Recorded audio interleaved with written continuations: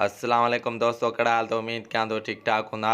दोस्तों, पापनगर ड्रामे जी अचण वारी किस्से में तव्हां ॾिसंदव त रेसबालाज ख़ान हिकु वॾो किरदारु अदा कंदो। जी हा दोस्तों, मां तव्हांखे ॿुधाईंदो हलां त बालाज ख़ान जेको आहे रोशन खे क़ैद में रखंदो ऐं 75 किस्तनि ताईं रोशन जेको आहे रेसबालाज ख़ान जे क़ैद में हूंदो। ॿिए पासे खां मां तव्हांखे ॿुधाईंदो हलां त राबेल ऐं मलार जो प्यारु हेठि साबित थींदो। ॿिए पासे खे मां तव्हांखे ॿुधाईंदो हलां त रेसबालाज ख़ान राबेल जे मथां आशिक़ु थींदो आहे, पर राबेल जेको आहे त रेसबालाज ख़ान सां प्यारु नाहे कंदी, उनखां नफ़रत कंदी आहे। दोस्तों, मां तव्हांखे ॿुधाईंदो हलां त अचण वारी किस्तनि में ॿिए पासे खां मलार जेको आहे त रेसबालाज ख़ान सां दुश्मनी करणु शुरू कंदो। रेसबालाज ख़ान खे टंग में गोली हणंदो मलार। ऐं ॿिए पासे खां ॿुधाईंदो हलां मां तव्हांखे त हीउ ड्रामो तमामु हिकु ज़बरदस्त आहे, एक्शन ही ड्रामो आहे।